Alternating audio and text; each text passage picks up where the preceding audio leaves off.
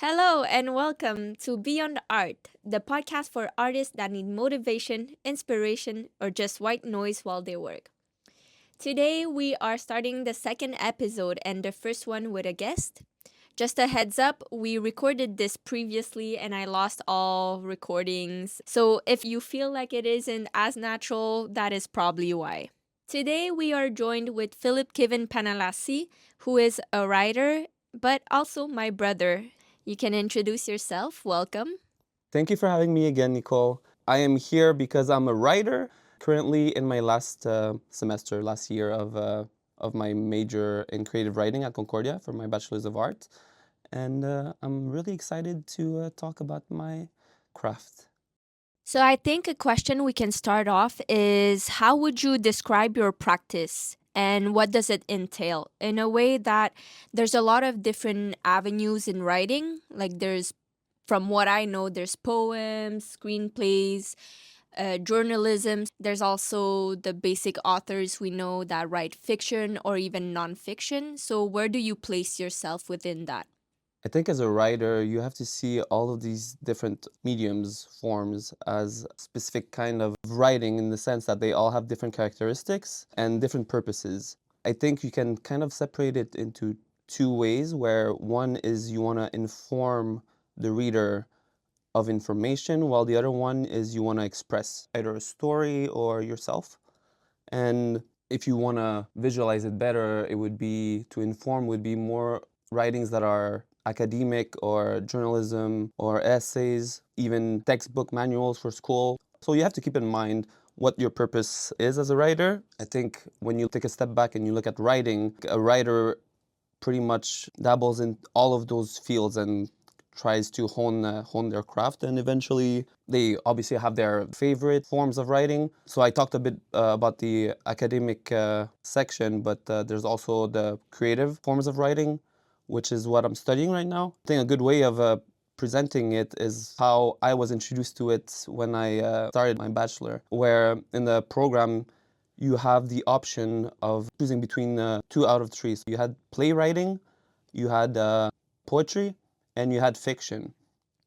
So you had to pick two out of the three. So I kind of felt like in a video game where you start you Choose start your and you fighter. exactly you choose your traits, you choose the skill tree you wanna access, and which is kind of sad because you're limited to only two out of three. You kind of have to make a decision where you're only gonna be able to concentrate on those two. So I picked playwriting and fiction. The logic behind that was that for playwriting, I wanted to really focus on dialogue. Playwriting, just like screenwriting, is really focused on the exchange between characters, Do you exploring. mind going a bit more into the difference between playwriting and screenwriting? Can you explain a bit more about those? I have a background from Dawson that I did communications and cinema, where that was my introduction to screenwriting. And just like playwriting, where it really focuses on the dialogue, the difference is mainly in the medium it is. Where playwriting, you're dealing with actors on stage. You really have to keep in mind that you're kind of restrained by the form, while cinema you can easily jump from scene to scene. You have more control of the narrative. It's harder in playwriting. There's less action, let's say. It's more the action. The like chemistry between two characters, would you say? I would say that the narrative, the story really develops through exchanges between characters instead of an action scene or like something like happens. It's often explored through the characters. I mean, obviously the fact that you have playwriting is it's a live performance. So there's that comes into play, that the actors they kind of embrace the character you've written for them. I think it's just there's different things to take in consideration when you're writing a movie or when you're writing a play. All right, before we go any further, I just wanted to apologize because there are times in the episode where it seems like Philip's and I's audios are clipping, and that is my fault. I just recorded in the wrong setting. And so I really apologize if you not hear my questions or you feel like Philip's audio is a bit clipped. I will try to rectify that for the next episode. So for creative fiction, well, creative writing, so you have short stories, you have novels, poetry. And on the other side, you have creative nonfiction, which some people might think that nonfiction Cannot be creative or something. would you like what would you think that nonfiction is? To me, nonfiction is memoirs, autobiography, things that take inspiration from the everyday world that are actual facts. Of course, you can always change things to make it more interesting, but from what I understand from nonfiction, it could be like those based on a true story or an event that happened. So, like the life of a king, Yeah. something like that. I feel like in entertainment they use often the term based on a true story that it's been kind of stretched to a point where you're like, is this based on one fact that is true and the rest is all made up, fabricated? I would see it more of an approach of like journalism where you have to get all the facts and you accumulate, you interview, you make sure it's grounded in the details that are told to you by whoever you're interviewing or writing about or the topic you're researching.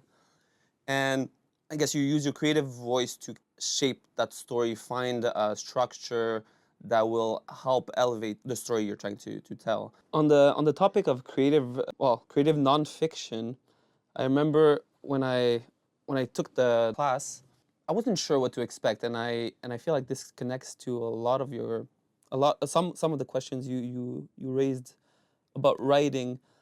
The first class, how the teacher introduced us to what kind of lens to use when working on creative nonfiction. We arrived in class. It was the first class, and while we seated down, waited for people to find the classroom, there was a student that came, looked confused. We all looked at him. He came like I think the class already started. He interrupted the class. He was like, "Oh, is this room?" And then the teacher was like, "No, you got the wrong room. Sorry." He left. And then ended up coming back later on. He was like, "Is this not here?" No, he left. And what was interesting is that the teacher afterwards, she asked all of the class to tell what just happened. And so all of us had to go through what happened. The guy coming in asking, we all had to really lean in the details. Yeah. Like everybody, you hear what other people say, you don't want to repeat the same thing, and you also notice other things. Your brain is working on what did you capture, what was different, what was his mannerism. You're thinking about what was he going through before, was he late, does he have another class, and all those questions. Just like this simple interaction makes you realize how far deep you can go in thinking about things. And it kind of made me think about the whole gardener and architect discussion we've had. When I had to write my piece, my creative nonfiction piece, I wanted to have like a good story. What was a good story to share? And it has to be nonfiction. What is what is good that happened to me? I mean, I don't live a life full of adventures, but it's always like this when you compare yourself to other people. But I had this thing that happened to me and my brother during our trip in Europe in 2019, where we got drugged at a strip club in Warsaw. And so I thought when we were brainstorming in class for what our project would be, we would have to present it to the class, the idea, and then they offer us, like they ask us questions of how we would like tackle it, what kind of approach we would do. So I wanted to share about that experience. I really hadn't thought too much about it. I just thought that this would make a good story. I already mentioned it so many times to other people. They've always had a great reaction.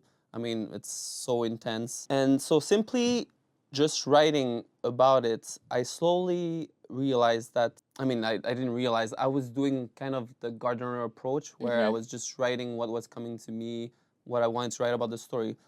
And little by little, you kind of see those themes. And I don't know if it's me as a writer. The teacher said that I had, well, in that piece of work, I had a maximalist kind of style where I really expended it on a lot of things, like small details.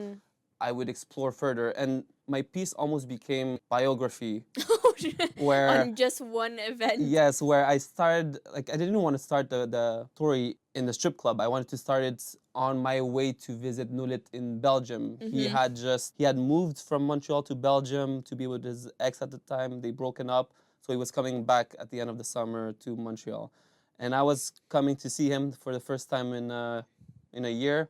Mm-hmm. And it was going to be the vacation between brothers. I started writing about me being on the train coming to him, thinking about my relationship with my brother, how it would feel to see him again. And then I remember I wrote the line where the first thing he notices was I had a bump on my eyelid because I overused my contact lenses. And this line really like connected with the people in class, where they were like, this is really just like a sibling relationship Yeah. where you haven't seen each other in so long, and the first thing you do is just insult the Yeah. sibling. From there, it just naturally I explore my relationship with him, with my family, and I'm realizing I'm writing about this thing where I'm supposed to get drugged in a strip club, and I'm still like days away from this, expending on my whole life. But yeah, it just comes to mind that like sometimes you have an idea in mind, and naturally it just Mm-hmm. comes out a different way, and you just go with the process, and you write it out. It might not be good, but you find those themes and those narrative threads that you can weave together later on and create something like coherent and cohesive as a whole. Yeah, it makes me think of how sometimes some works for me become more process driven Yeah. than the final result. The final result for one of my pieces was like really not boring, but it felt like repetitive and not necessarily that creative. But the way I approached it is kind of more important or nice to talk about than presenting the final work. So I really, Yeah, I yeah. agree completely. I think you've nailed it just right. I think the process is such a big part of the piece you're Mm-hmm. working on. It really it encapsulates the mindset you were in. I mean, all the influences and inspirations you have while working on it, they come from whatever you were doing at the Yeah. time. You can kind of track back the process of your influence. Oh, I was listening to this, I was looking Mm-hmm. at that. Sometimes it happens that you don't even notice it. But if you're really looking and wanting to examine it, yeah, it's all there. Yeah, I think you pretty much can divide writing in those three types of writing, where it's to inform or to express. I think all of them is really to capture the human experience, and it's to connect. Do you feel like that way of thinking, or like the three main ways of writing, navigate writing as an art form? Do you feel like maybe only fiction is artistic, or what would you say about having those other forms being art in a way? I think it all depends on how you interpret art. I think you can also see that each of these branches of writing, if you dig into it, there's a creative process to each one of them. When you ask about art, for me, art really is created when something is read, when someone consumes something that's been written, and it's that exchange between reader and like creator and not consumer, but rather consumer feels so like capitalistic. I The mean, audience, I like the guess. audience, yes, the audience and the writer, and I think the art would be that connection where the reader, the audience, brings in their own experiences, clash with what you're reading, and it creates something in them. And that's the magic of it. You can't say, oh, I'm gonna write art. It just happens. If Mm-hmm. someone reads something that speaks to them, connects with them, and even if it's an experience they've never had, there's those small details that people can relate to. I wanted to add a bit more about what Philip was saying, how the feeling or the definition of art that we get from writing is a bit different than what we usually get from visual arts. And I put myself in this conversation because we kind of had the same conversation in the episode that we recorded and then lost footage from. But pretty much what we agreed on, or from what I understand, is that compared to visual arts, where you see exactly what the artist was doing from the first perspective that you get, It's really what each person gets from the writing, or what each person can understand from the story or the poem or whatever is the writing piece about. It's each person's experience, and that amalgamation of different experiences creates what is art. And obviously, this is only what I understood from it. Philip maybe understands it a bit differently, but it's very different from what visual art entails, and I find that really beautiful. When imagining that when we talk about creative writing, most people would think that this is where creativity really comes from, where the art is made. But if you look at writing from as a craft, there is a lot that goes into honing and, I mean, crafting your own style of writing. And I think as much as this is like tedious work and studying and examining writing, there is some creative process to it where you kind of shape your rhythm, the length of your sentences. There's a lot of thought that goes into shaping one's writing voice. And this is the interesting thing when reading, is that you can, even, let's say we're talking about the essays or like academic writing where you're supposed to inform, there is an art to writing in a manner that is very concise and sharp and doesn't stray away from topic and really makes the reader understand immediately the information you're trying to convey to them. Would you, in that case, frame it as there's a different sense of what is considered art in writing? It's more how you convey what you want to be read as, or like the choices of the word. I think that's a really good question. I also think it's important for me to mention that I am speaking of my like to my own experience. I know there's writers of all kinds that have different approaches, that have different styles. Also, writing means different things to different writers. Some people just write for themselves. I think it really comes down to what writing is to you as a writer. What is it for you? For me, I think we kind of have to go back. I was thinking about, but if I was to write myself as a character, I would have to look back at my upbringing, what shaped me, my childhood, and being the middle child. We have an older brother for the audience that isn't aware of it. You're my younger sister, so I'm right in the middle. And as much as it's a stereotype, maybe I'm leaning too much into it, but I kind of connect with it, that the middle child is often the one that's not neglected but not often thought of. And so growing up with my brother, who was 3 years older than me, I was always trying to fit in, to be accepted, albeit being younger than everyone else. So I think from a very young age, I felt the need to appear older or more mature. And so going from there, I always, or rather, I never really had the chance to express fully my own opinions or really to make them. I never really stopped and thought about what I wanted or what I thought about something. It was always just about, oh, I want to fit in. I'm just gonna do or say whatever is accepted and try and not be annoying.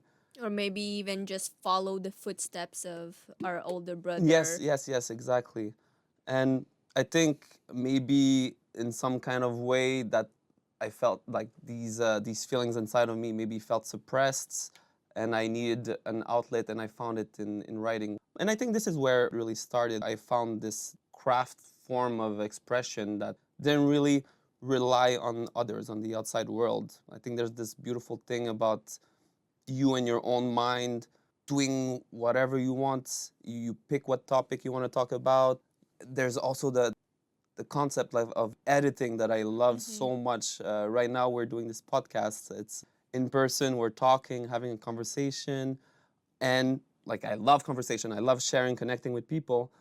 But I always felt that I wasn't quick with my choice of words to fully express myself. I often find myself thinking back about something I said or some conversation or argument where I was like, oh, I should have said that. I don't think I've expressed myself properly. And I think writing offers you that time to really gather your thoughts and be sure of what you say. I don't know, do you often do you feel like when you talk, you're never sure what you're gonna say. You're not even sure if what you say is really what you mean. Yeah, I feel like often when we talk and thinking in relationships, when you're kind of on the heat of the moment, you say things you wish you didn't. I Yeah. think that happens a lot, and that's often why some people maybe prefer to write down what they're feeling.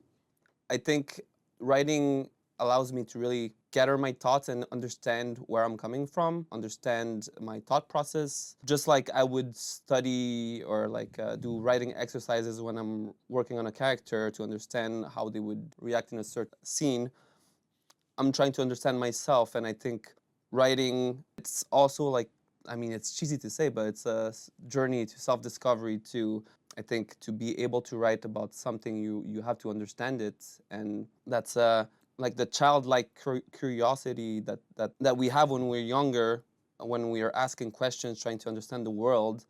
I think that's something I've never really lost. I've often, my girlfriend always calls me a child because I'm always asking why to everything. I mean, it's understandable that she's annoyed at some point. Enough is enough. But I think there's just so much to dig into and understand, not only about individuals, but about how the world around us work. This is why I love philosophy and politics, the environment in which we live, the world in which we live. And when you understand it better, you see patterns that you can exploit in writing, and you can see what people relate to, and you can also see that we're not all that much different. And I think the beauty of writing is to find ways to connect those similarities we have between us, those connections. I often hear how kids have more creativity or they're a bit more open. And I wonder if you feel like starting writing since you were younger and now being an adult, continuing writing, obviously it has changed, but do you feel like sometimes you're rediscovering how to create a world that might have been easier when you were younger? I don't know if that makes sense, but just how you bring that creativity now that you're an adult. You gain experience as you go through life, and writing is the same process. When I started writing, I never thought about the writing process. It was mostly about, oh, I'm gonna sit down and I'm gonna write the story I've been thinking about. It's hard to look back and see how how I started. Where did I start? Did I start from chapter one or just from like an idea I had? But now that a lot of time has passed, and I went to school, to university to study writing, you can see that there are, I mean, every writer has a different approach, but you can see what works for you. I've talked a lot about exploring your own characters as real human beings, and I think that's, for me, going forward, I'm always gonna use that kind of approach when writing, because writing is about writing words on a paper, and the reader is creating this image in their mind from reading the words you precisely chose. They have to, like, for the reader to be immersed, to feel like this is real, even though you're writing fantasy or something in space, or any kind of like fictional story that is different than the modern world. You're trying to find those connections, like, to that human experience. The characters can be half human, half orcs. They can be riding dragons, but you're really connecting with the reader in those small details where you have you can convey emotions. People understand anger. They understand sadness. There's some themes and that are really timeless: betrayal, loss, grief, mourning. All those pillars of like human experiences can be found throughout multiple forms of writing. So ultimately, I think it's all about conscious effort. Just like when you're studying, you're not gonna register information or or understand a topic if you're not consciously trying to do it. If it's the same way a child is asking questions, they're trying to understand the world in which they are. Well, the most curious individuals I've met were children, in the sense that they're not afraid to ask questions. I think as we get older, we we are afraid of being ignorant or appearing less knowledgeable than others. So we're afraid to ask questions. And I think that's something that we should consciously make the effort to understand, why do we not know, and how can I remedy that? How can I learn from this? And then it's all about applying it. I mean, reading. As a writer, I think the fundamental part of being a writer is reading. You cannot write if you don't read. You need to understand how people write. You need to understand how people convey information, so you can learn how they're doing it, what works, what you like, so you can shape your own writing style from there. So it makes me think of, like, when I read, I'm a very slow reader. Um, I always wondered how people read so quickly. My girlfriend, she, by the time I finished like 2 pages, she probably finished a chapter. Yeah. And it is a balance of, I mean, if you read as slow as I am, you won't be reading much. So there needs to be a sacrifice of how much you're analyzing.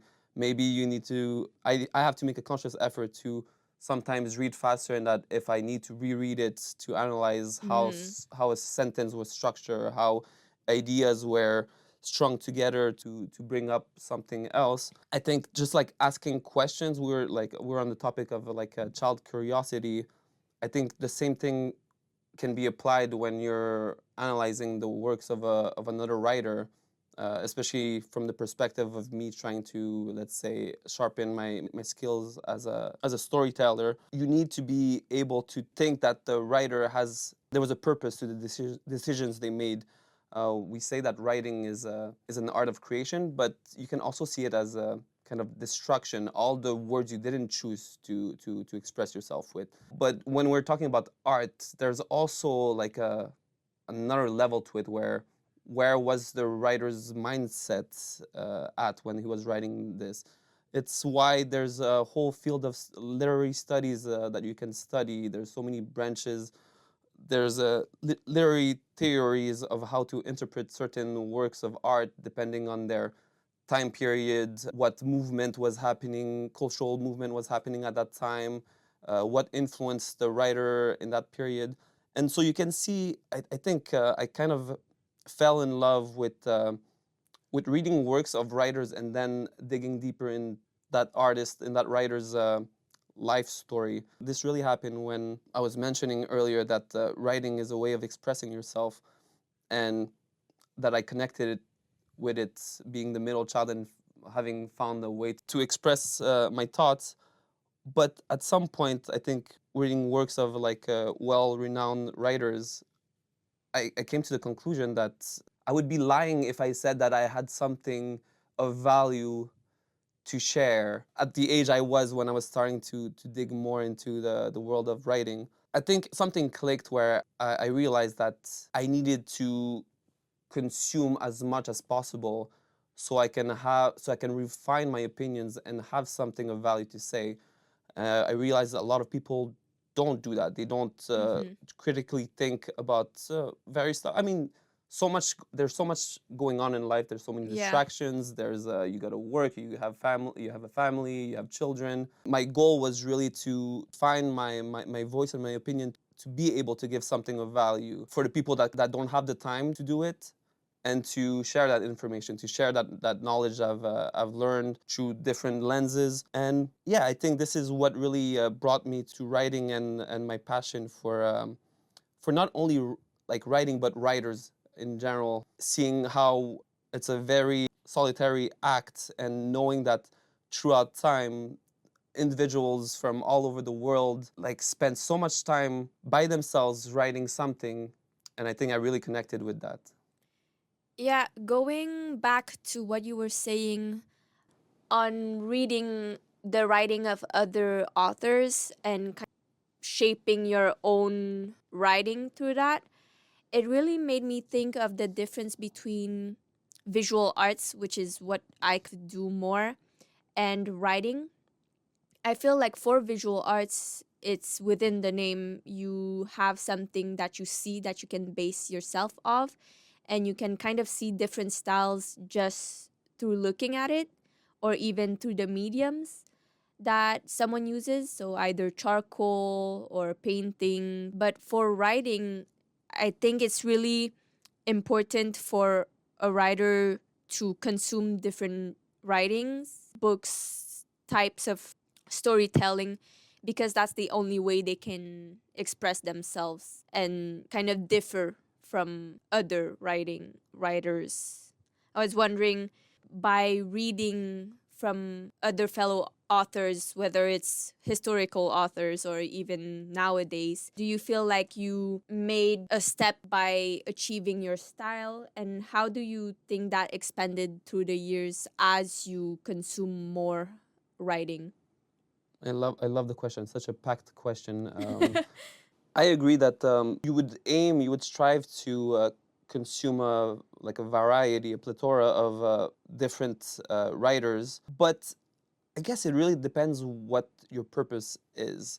I explained that I really wanted to understand as much as possible. So I think reading a vast array of different styles allowed me to really like pick and choose what I liked from different forms and slowly integrate it in my own writing. And I think it allows you to understand also what works. If you see that a famous writer style working and connecting with the audience, you understand a bit more about how the audience's mind works and what keeps them enthralled in your story and hooked to turn the next page. But I can also see you were comparing it to like in visual arts of using, let's say, charcoal like sketching. What if you wanted to be a charcoal artist? I'm assuming you would. This would be the only thing you consume, right? Like, would you be able to? You can also be an experimental like artist. I feel like we kind of all are, in the sense that even our own experiences of how we grew up, the family, let's say we come from immigrant parents, this has always already such a big impact on our view of the world, in what details jump to our eyes when we look at something. I think it's everybody has their own upbringing and lens through which they view the world, and values that they rank higher than others. But at the end of the day, I think you are like an amalgamation of all those things, and there is so much to learn from others. Yeah. And you don't want to be just repeating what other people have said. You want it to be personalized to your own voice. So there's so much inspiration to gain from other sources, other styles. So to make sense of what Philip and I were saying, I'm coming in back from editing. It is to not encapsulate yourself on the technique that you're using. So let's say I'm a charcoal focused artist. I wouldn't only find inspirations within that technique, but to also look outside of it and even go towards other disciplines. So, what Philip was saying is that as a writer, he finds it or important to surround yourself with different inspirations and to consume as much as you can to bring that vast knowledge into your own practice. And so to look back at my journey as a writer and how my style has evolved throughout the years, I think I would look at initially my first inspirations or books that really drew me into the world of writing was, I think, Greek mythology. And I think it was really the aspect of going back in time, seeing how something that's been written so long ago can be connected to so many things of today's world, and has been reworked and used. Like the lore of Greek mythology has been used by so many different writers from different time periods. You can start from ancient Greece to philosophers, to playwrights, Sophocles. I don't know how to pronounce it properly in English. Sophocles. Sophocles, Euripides. all those playwrights that wrote great tragedies. I think for me, I love the sad story, something that like something Poignant? poignant. Yeah, that's a word. I write a lot, but I don't speak it out loud enough. Um, like a lot of words. But seeing those writers from 1,000 years ago, it made me realize how timeless writing can be, how what you write can be read thousands of years later. And so at the same time, there was like this kind of existential crisis where I always wanted to write. I always thought, oh, maybe my children are gonna read my work later and see my progress as a individual. Mm-hmm. And it kind of made me realize that there's something intimate about sharing your thoughts and your opinion, and you have to be vulnerable to do so. And there's a scary part of it that it's going to be there forever. Like once you put it out there, you want to make sure it's proper and you've expressed yourself properly. And this is what made me realize that there's so much more than writing than just yourself. There's all the people that came before you that wrote about the same topics. I didn't really want to just rephrase or talk about something that's already been said without giving more value to it. And I realized that I needed to work on my writing. That was before I've ever even thought about refining my writing style. That was when I was in Dawson studying cinema and how dialogue can convey so much information, how a conversation with two individuals can hold a whole story by itself. And I realized this is craft. This is something that you have to work on. This is not something that you're born and you're a great storyteller. There's so much work to be put in there. Even studies of, I mean, I don't know all the jargon, literal studies, but like recently I fell in on a concept that really captured a lot of my not a lot, but like a technique I used a lot, which is parataxis. So you have parataxis and you have hypotaxis, where it's in the length of the sentence. Parataxis would be a sentence that don't use a lot of is it conjunction Conjunction? conjunctions, like but Mm-hmm. and. So, to put it simply, hypotaxis and parataxis are literary techniques that help describe a sentence structure. So, what Philip was mentioning is parataxis don't use conjunctions. So, they're smaller and simpler sentences. For example, I came, I saw, I conquered. There's no conjunctions in that. On the other hand, there's hypotaxis, which is the opposite. It's longer sentences that actually use conjunctions. An example would be, because the rain was falling, I decided to stay inside. And obviously, I'm not a professional. I'm just going off of what Philip said and just reading off of Google.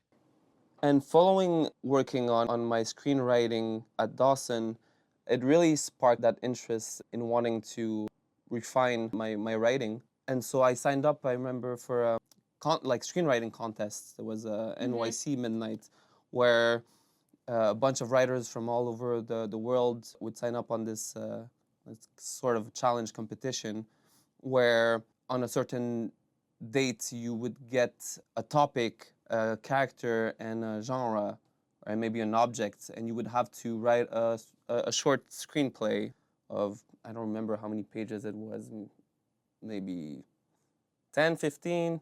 But this really made me work on my creativity like on a timer.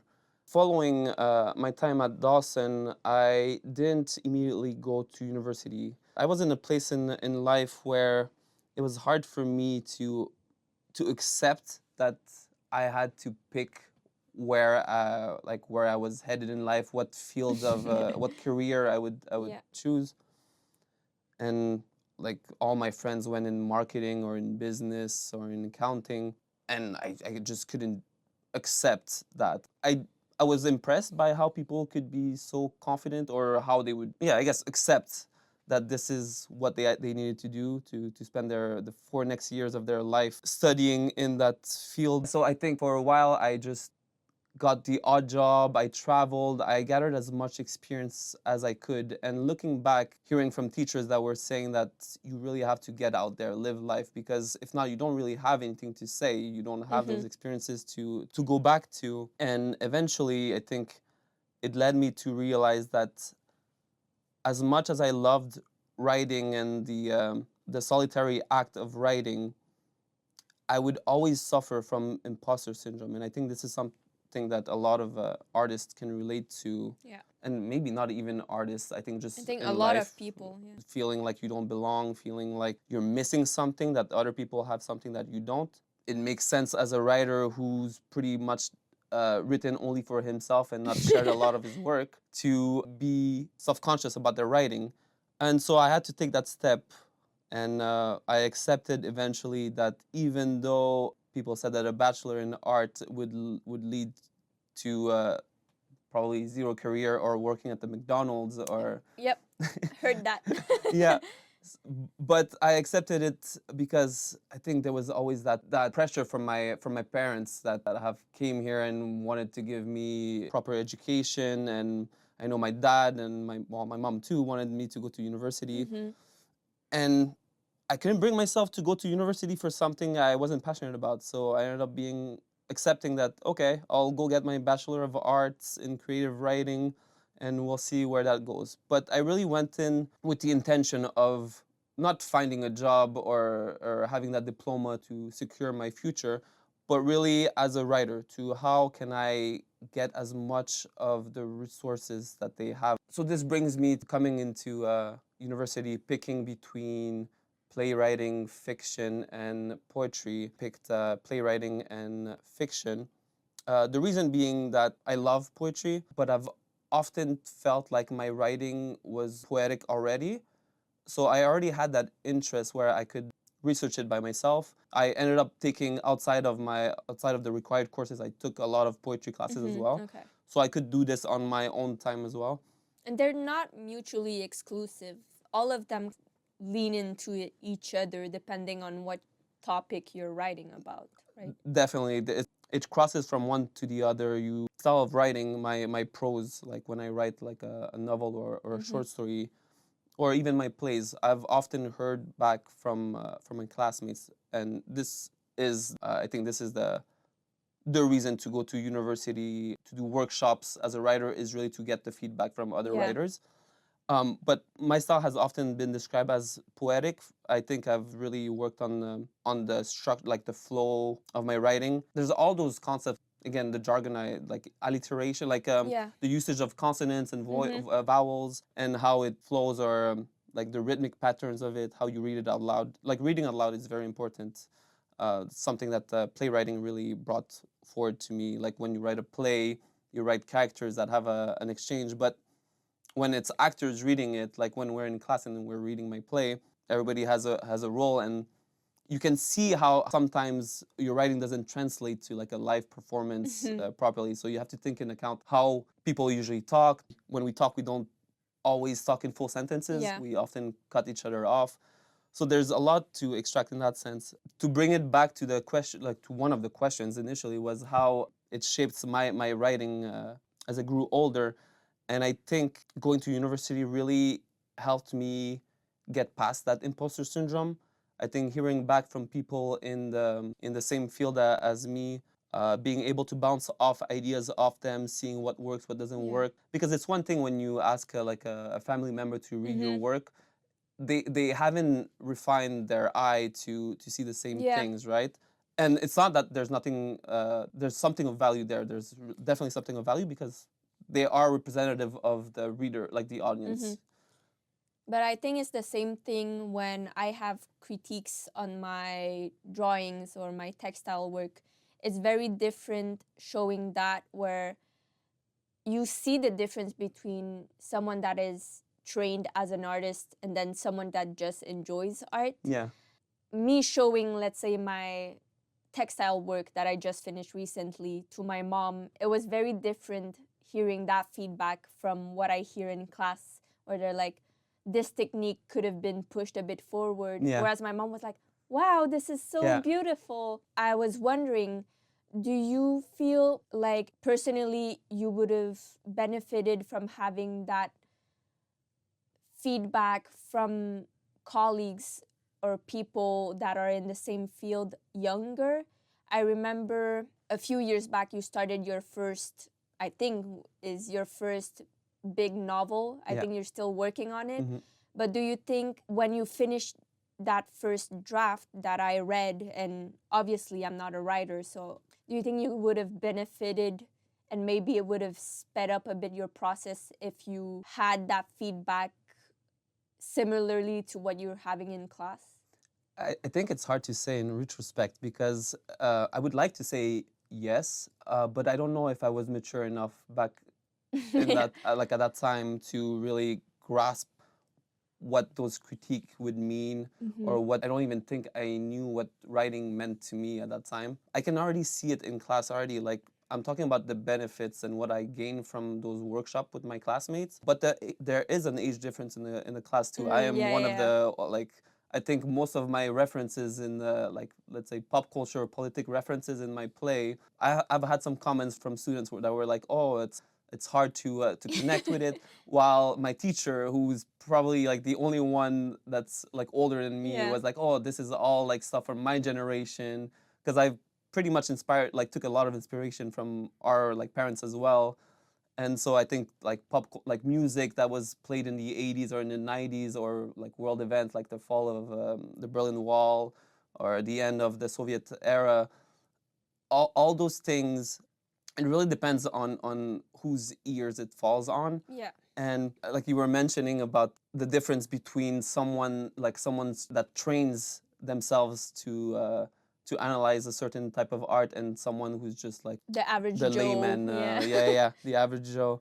But even during my workshop, you can see a difference in the space, creative space, which the writers are. Let's say I'm older, I look at writing more of a like I think about the tradition of writing too and the history of other writers.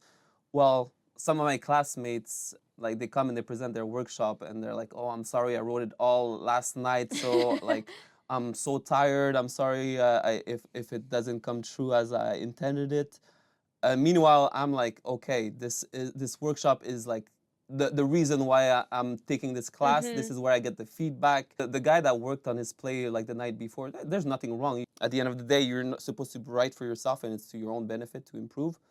But for me, the whole project we had about writing a play, we were supposed to write a single act play or a Mm-hmm. short play because you can only submit 25 pages or else people don't have time to read. Yeah. But I ended up writing a full length play, which like like I wrote between like 50 to 75 pages, but I can only submit half, right? I've worked on it almost every night. I was thinking about it, writing about it. It's all in your approach. Like you can really enjoy writing, but there's so many distractions in life. Mm-hmm. I just happen to be blessed in the sense that I'm very passionate about it. I love it. Like I just want to understand more, and I always feel like there's another layer to discover. I think I've always wanted my work to not only capture a relationship between characters, an overarching story, but I wanted to find a way to hook the reader with something special. So a short story I had to write for my creative fiction class. I wrote it was Fridolina, the title of my story, the character, and it was a young girl, a blind girl, who I explore her as she moves into a new home. It's somewhere in the northern region of Russia where everything is cold. She moves from the south, and I'm really leaning into her personal experience. And since she's blind, I'm really leaning into details that are separate Mm-hmm. than the vision. I'm leaning into the smell, tactile music, and using that to like really draw in the reader and immerse the reader into that blind girl's world. And then I wanted to like have something jarring that pulls them like disoriented, gets them confused in the same way a blind person would. And the way I found a way to connect that was to have an attack like a war torn Mm-hmm. region, like like a bombardment that happens, and see like living this through someone that's blind that can't really see what's happening and is confused and just let's like feels the wall cracking beneath like her palm as she tries to like get balanced. I feel like there's always like when you start with any creative approach, there's so many ways to like dig into it and find ways to connect, to make the reader feel like part of the story. And the same thing for from the play I'm writing right now or recently finished. It was at a time in my life, well, recently, where our dad got diagnosed with cancer, and all those existential Mm-hmm. questions and about life and death, about losing a father, a loved one, losing part of them, their stories, all the stories they've repeated through their life that at some point you've grown annoyed of Yeah. hearing over and over again. The jokes that are never funny because they've been said so many times suddenly become such a beautiful thing. Mm-hmm. So I wrote a play about a musician coming back home to deal with the last piece of her mother's like art, like Mm-hmm. she's an installation artist, and so she has to figure out what to do with that piece that is the foundation wants to go forward with like an exhibition, like a retrospect of the artist's life. And the daughter is aware of how her mother was always so precise with her intent in her art, balancing creation and creator from the perspective of an artist, but also a parent giving life to a child and shaping them how they wish they were raised. And yeah, I think there's always a way to be creative in the way you connect with people. Yeah, thinking of you writing stories based on, let's say, some of the events that are happening in your life at that moment, or things in society that are happening right now, which inspires you to write something. How do you feel about writing long-term projects? You mentioned our dad's diagnosed with cancer, which he's good now. Yes, he's super healthy. Yeah. Uh, but let's say if you were to write that during a 3 year, or and then we've been over that already. I'm phrasing it really badly right now, but do you feel like sometimes because it takes a long time to write, you're not into what you're writing anymore, or you're not as inspired and you feel like you don't even want to work on it anymore? How do you manage that? And maybe tying that into artist block or writer's block in a Mhm. way? So there's two ways I want to approach this question. The first one, I'm thinking about, you were mentioning a long-term project. The big novel I was writing, which I wrote my first drafts, and then I decided that I would. It was so much that I would divide it into a trilogy. But basically, this was a story I've written over the span of, I think, like 10 years. And obviously, when you look at the first year, it looks nothing like the finished product. This was at a time where I was still trying to find my own voice, and I was pretty much just discovering how to write a story. I think this is something that's really important for writers, is that at some point, as much as you can read and study and think, world build in your head. I think we all have those worlds we build in Mm-hmm. our heads. The difference is, as a writer, you have to put it on a paper. You have to practice expressing those worlds you have in your head. For so long, right, working on that project, I wanted to have that perfect voice from the start, but there was no way that would like that. Yeah, This was no. not realistic. No, something that now looking back with experience, it's really something that you practice and you get better as you go on. And so the idea is really to get your writing down. You want to write the story, you don't care how it comes out, you let it happen, because there's always going to be editing. I mean, like 90% of writing is editing. No writer, no matter how experienced or talented they are, will write a perfect Yeah. piece on the first get go. Obviously, if you have more experience, you have more techniques, and you're more comfortable, and you have that confidence in your writing. you don't have that imposter syndrome either blocking your creative process. Returning to that big novel, I finished my first draft. I remember I sent it to you, you read it, and now when I look back, I'm like, oh my god, this is awful. This is like some shitty fan fiction that you would read on Wattpad or whatever. Oh my gosh. And it's like very cheesy. The thing is, it's I can see the ideas I had, and I didn't have the time to explore. I didn't have the tools to fully explore and share with the reader. This is just like writing down that draft, that first draft, which is shit, and like I say it, and I am aware of it because it's part of the process.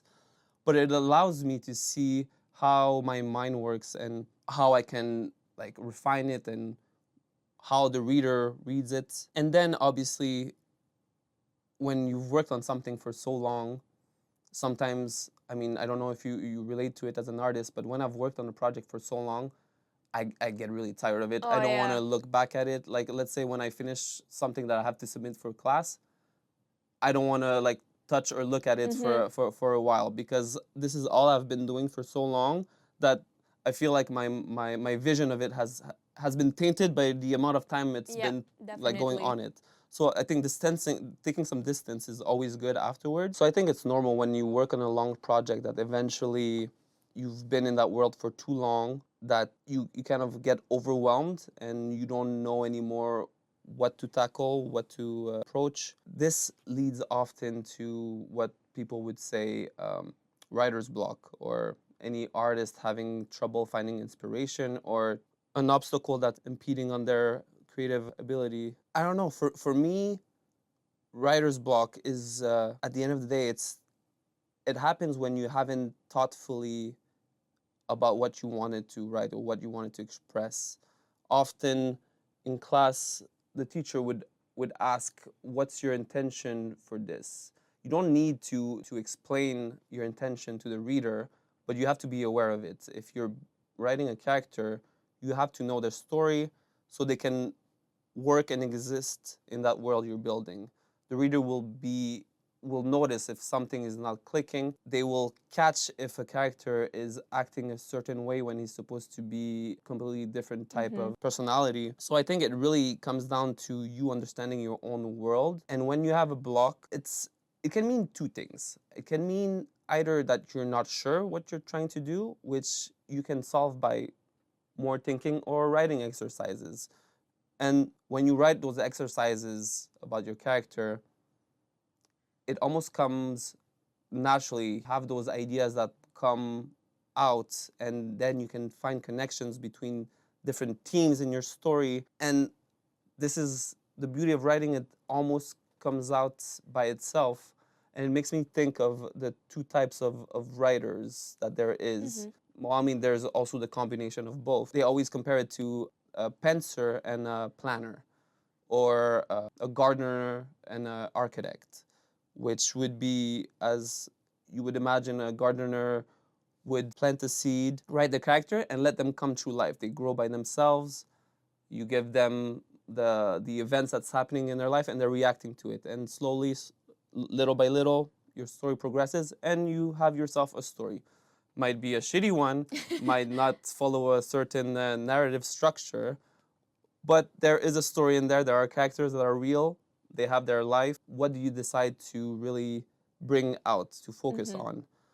And then you also have the other types of writer who are more of they plan, they outline, they have like a structure in mind. They know what scene will come. Sometimes it's not that specific. I guess it would offer you, if you have writer's block, approaching it from more of a planner perspective can help. If you're blocked somewhere, you can jump at a later segment of your story, and it's a fluid process where you can jump to another segment and find connections to how to make it relate, because there's always those underlying themes in the story or motifs that you keep bringing back to really get the atmosphere going or get the reader in, like, settle in your world. And by being able to jump to separate like segments whenever you're blocked, it almost creates like a coherence overall throughout the story. Really like that thinking of the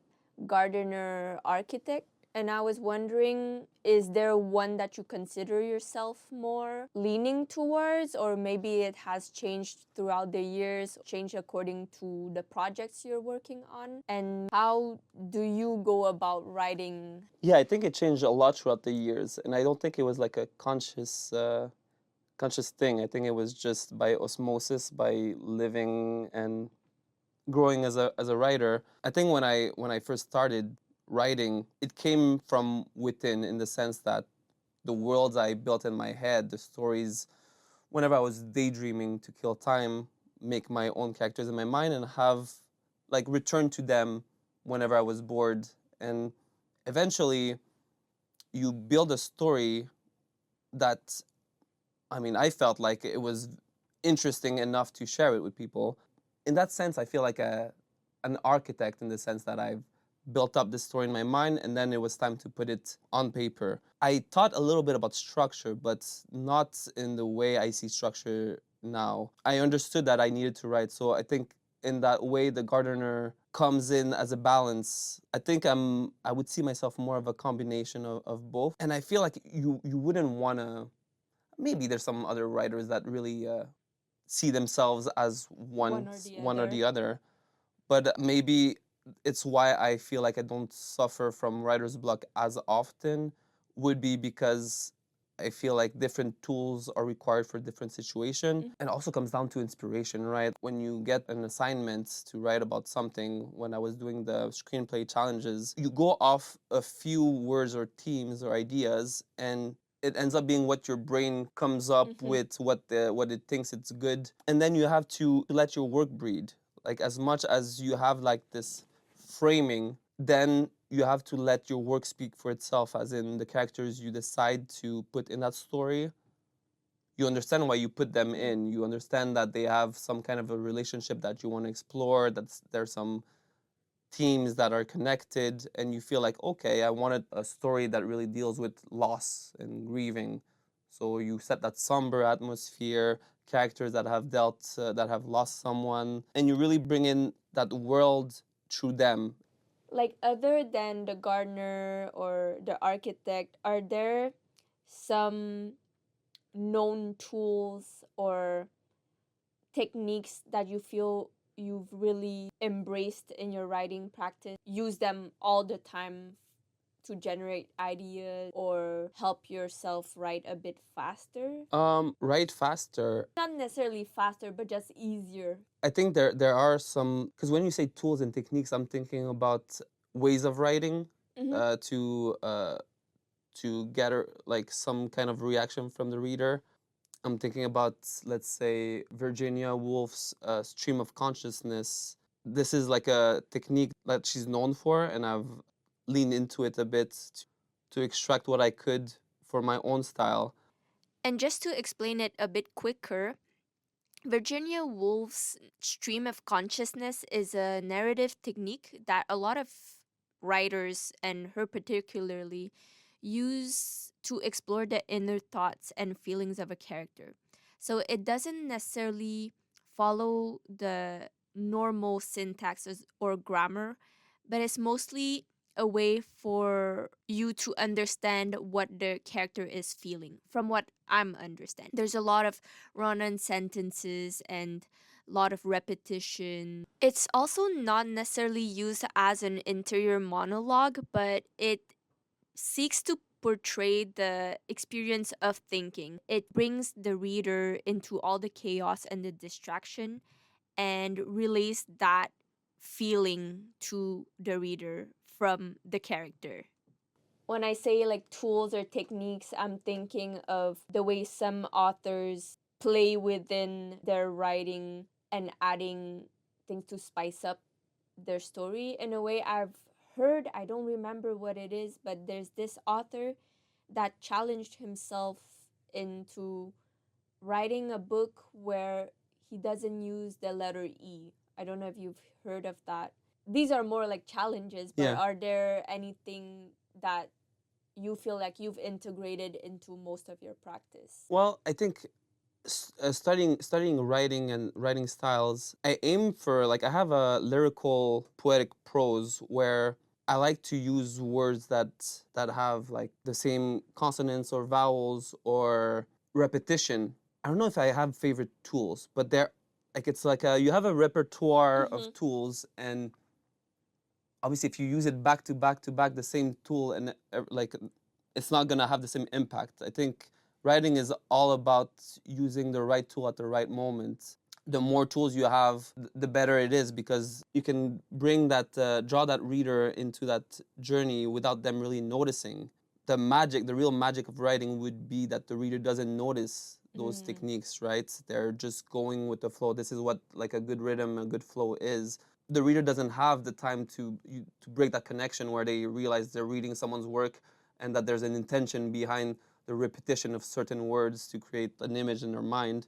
And your question was if I have any specific tool Or techniques or that you use. techniques. I have style like where it's introspection, where it really dives into the character. I think I'm really drawn to the humanity, where I can draw connections with things that don't seem like they have a connection. The way I look at it in visual arts is like sometimes I'm not a painter, but sometimes people that paint, they use an underpainting painting, or they use certain colors that they know will reflect the colors they put on top more. And I you can't really translate that into writing, but I'm thinking in writing from what I've read is some authors use a lot of foreshadowing. Okay, okay. Maybe Edgar Allan Poe in his poems, sometimes he often has this way of writing that not necessarily foreshadows, but Yeah, the same techniques he uses over yeah, and over again, but in different ways. yeah. Yeah, I think it's like I mentioned, I think it's really about having that vast array of techniques that you wouldn't have a writer that the only thing they do is foreshadowing. Yeah. At this point, you're. You're a I mean, I foreshadower guess and you're a not a foreshadower. writer. But yeah, no, and like I would like I don't know if this answers your question or if it's related in any way, but it made me think about you were saying like an artist having an underlayer Mm-hmm. of her painting or something, but it made me think of music. When I write, it has a big impact on setting the atmosphere. I don't know if it's my brain when I write and I reread what I'm writing, I make sure to have like a soundtrack to go with what I'm working on. Well, let's say I'm working on a scene, a sad scene. I'll have sad instrumental music playing, so it helps me to stay within that framework. Personally, it's not something I paid that much attention to. It's just it helps me write. But hearing from comments from my classmates, always leaning into how I have such a strong sense of atmosphere. Mm-hmm. I wonder if it seeps out into the way I'm writing, in the sense that there's a lot of rereading yourself when you Yeah. write, and there's something to the ear. I don't know if it's something that's, I mean, for sure it's something that is practiced through experience with just reading a lot out loud to know what flows well. Maybe you're helping yourself by putting yourself in that atmosphere and kind of projecting through your senses what your character would feel like. Yeah, I think maybe coming from like a kind of a background in cinema, it helps to have like a soundtrack. You know, I know there's a trend recently where it's like POV or the hero, Yeah. and there's like you listen to those playlists, and they capture Mm-hmm. something. They capture a feeling that you understand that that's how the character, the music that goes with him, with his scene, with whatever he's doing at that moment. It makes me think of how often when we read, not everyone can visualize. We've had that conversation. Aphantasia, Yeah. yeah. And maybe that helps us contextualize, like listening to the music while writing or doing art. It helps you contextualize your art within a whole world. Okay. Maybe not visually, but you imagine the world without seeing it. I don't know if that makes sense. No, no. Like I've often heard from friends, like, how can you write and not be able to visualize? And I think like as much as it seems unnatural or weird for a writer not to be able to visualize, I think that's what my nature of always wondering why it is this way, why it is a certain way, to try and understand, is so that I can't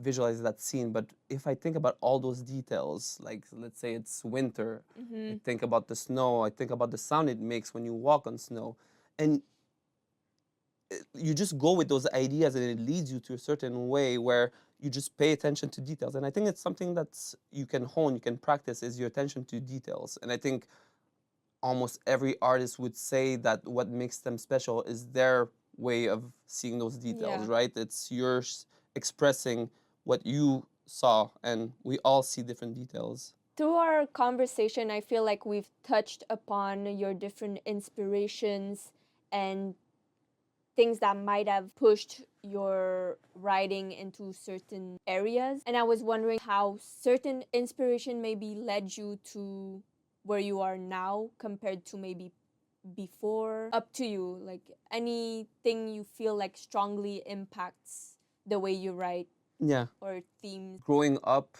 I was, as I mentioned, I was always trying to be more mature, and I was tackling. I remember in high school, I was writing a lot about zombies. Zombies was a big thing. I Walking remember. Dead came out. I remember with my brother, we watched a lot of Supernatural, so a bunch of brother hunting monsters. And then well, I remember in our previous recording that was lost, I was talking about writing about a story about two brothers hunting monsters, and then hearing on the radio an ad for the movie Grimm Brothers, and it made me realize. Well, I remember at the time I was like, oh my God, they stole my idea. To this day, I'm still talking to Nurit about it. It's like, oh yeah, we thought it was like your idea, Yeah. but I probably heard it somewhere, and it makes me think about how we are so easily influenced. Sometimes we don't even know about it. And then it happened that everyone was talking about zombies, and it became like a mainstream thing. And I mean, I know a lot of people would argue that I'm anti-mainstream. I don't do it on purpose. But the little me inside of me that wanted to be more mature. But I started reading philosophy. Nietzsche, Thus Spoke Zarathustra, was a big influence. When I read it for the first time, I was like 16, I think. I didn't grasp any of the meaning behind the story. This made me realize how I had started to try and aim for more elevated style of writing, but I was failing because I didn't even understand that. I was so obsessed with writing, how it looked, how people will read your word, your diction, your choice of Yeah. words. Yeah, I think I was really enamored with the idea of a writer. Yeah, you romanticize Yes, it. exactly. But I realized that, I mean, to really like embody that, I needed to study, to practice it. It's not just by wanting to be it that I'll achieve. And so I realized I needed to consume as much as possible. I found that Greek mythology, but I then fell on Madeline Miller, who wrote Circe and Song of Achilles, and this kind of made something click in my mind where these are stories that were shared by multiple writers. They don't really belong to anyone. They were part of an oral tradition that was written down later by writers, by Homer in his Iliad and the Odyssey. Knowing that those writers are known for their work involving Greek mythology or Greek mythic figures makes it that writing is kind of belongs to everyone. And seeing how a modern writer like Madeline Miller managed to capture the timelessness of like of a myth, but bring it down to something personal where you can really explore the inner thoughts of Achilles or Circe, something that hasn't really been done in mythology like previously, which were story like epic stories. And this really connected with me because I like the aspect of like human connection, of finding those things that we can relate with each other. She also has a lyrical style of writing where it flows well. There's like a poetic undertone to it. And I was really drawn to that. I think reading more of her work, I realized that there's this whole world of poetry that to explore all those metaphors and images that you can a single sentence can hold a whole world. Yeah, I think it just made me realize the potential of learning from all those various sources, which I think kind of is in my nature as a children of immigrants. Yeah. Our mother from Poland, our dad from Laos. So I think I really connected with a lot of writers that have to deal with identity and separation or culture, which brings me to when I went, like when I started my bachelor in Concordia, I realized I was slowly losing my French. I was speaking English at home, and I think I understood that it was something that I cared about. I don't know. I think growing up in it, showing how quick it is to lose tradition, and I didn't want to lose that French side. Also, being in Quebec, the only bastion of French language in Canada, I think there's a lot of history there. I think I'm someone that really thinks about like my grandparents, like intergenerational stories Mm-hmm. is something that really I think is Inspires yeah, you. inspires me as a focus I have a lot. When you think about why do characters think a certain way, I always think about how they were raised. Mm-hmm.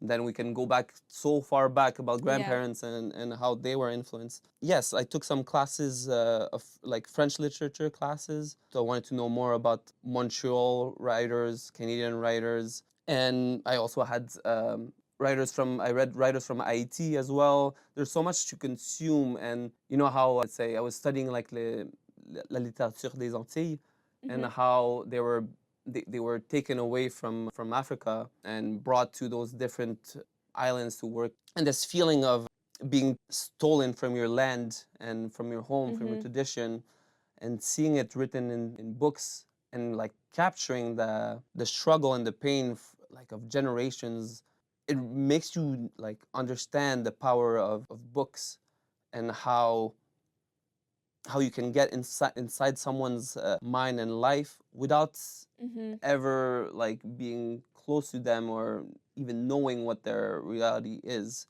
They just find a way to make you understand. Yeah, and I think that's the beauty of writing. Different experiences from different people, they can resonate through the writing, even without necessarily having lived through what's happening in the book. It's just certain themes are universal, and the feeling that is brought by writing helps that universality be applied to different people. Hmm. Yeah, and I think this is how you maintain that connection with the reader. As soon as they lose that connection, they're off the book. Mm-hmm. They're not interested anymore. So you got to keep it engaged. You were, it makes me think, you were earlier talking about techniques in writing. If I had any to share, it's tension. You want to keep tension in every scene. Mm. You want to have a struggle, whether it is psychological or from an outside source. You always have to think, like, keep in mind that the reader expects something to happen. So you want to keep them on the edge of their seats. Talking about the Haitian writer Jacques Roumain, I think, who wrote Gouverneur de la Rosée. Like reading his work allowed me to see how there is a way of connecting politics and history, creative piece, and still finding a way to inform the reader on like historical events or tendencies through the narrative, through the fictional story they're writing, through their characters. So, in a way, we were earlier talking about how academic writing is to inform, while creative writing is more to express. This is like the connection between both. Mm-hmm. You can do both, and this is the magical thing where you have someone that spends so much time on building this world that has so many layers, and I think this adds to the experience of reading, where people often talk about, oh, I wish I could reread a book for the first time. Yeah. It all depends on the perspective, like the lens you decide to read Mm-hmm. it on. You can read it for the first time as just for the story. Then you can read it from where the writer was, if it's a book about slavery, what the cultural views of those topics were at the time. Mm-hmm. On feminism too, there's so many like female poets that have come to prominence through their like deep exploration of the role of the woman in the household, thinking about Sylvia Plath, Virginia Woolf. To go back to the connection to tradition and to the land, there's writers like Ringuet in Trente Arpents, which, I mean, one of the first Quebec novel the Quebecer novel I've read, talking about pre-industrialization Quebec when they were still farming and Mm-hmm. cities were starting to become more prominent, and seeing that connection to the land, to the tradition, to having raising 13 children to work your farm. This is a world that I am not part of. This is long before my time, but there's something about the connection to the land and how they respect it that is timeless. You read it in Greek mythology. Mm-hmm. It's always coming back to the earth. I think it's just interesting to see the influence that philosophy also has on all of those topics. There's one question I really wanted to ask you, and it's, I think, an annoying question to be asked, is if there was maybe one piece of writing that you would want people to read, what would it be? I don't think I have one on top of my mind, on the top of my head, top of my mind, top of my head, top of my head, I top don't of know. my head. I think that this is like ranking your favorite books. Mm-hmm. I have a book in mind. It's a small book. I think anybody can read it. There's nothing, I don't think this is the best work Mm-hmm. ever. I mean, I'm from Montreal, from Quebec, Canada. Manikanitish by Naomi Lafontaine, I think. Very small book about a teacher going to teach indigenous people up north of Canada, and she's going there to teach them. But you from her perspective, being a teacher and seeing who comes to class, people not coming to class, understanding how that society functions and the struggle they go through. Yeah. She finds a beautiful way of exploring topics that we sometimes hear being from Canada, but we never spend enough time thinking about those things, about those difficult realities that a lot of people are in today's world still struggling with, whether it is drug problems or just lack of resources and funding and access to healthcare or just anything. And yeah, I mean, I'm not picking this book because there's no special meaning behind it. I just thought it was it's a small Mm-hmm. read, and it's a beautiful story. All right. Well, thank you, Philip. I was wondering if you had anything you wanted to shout out. Where can we find you? Is there any projects you're working on? Oh, thank you for having me.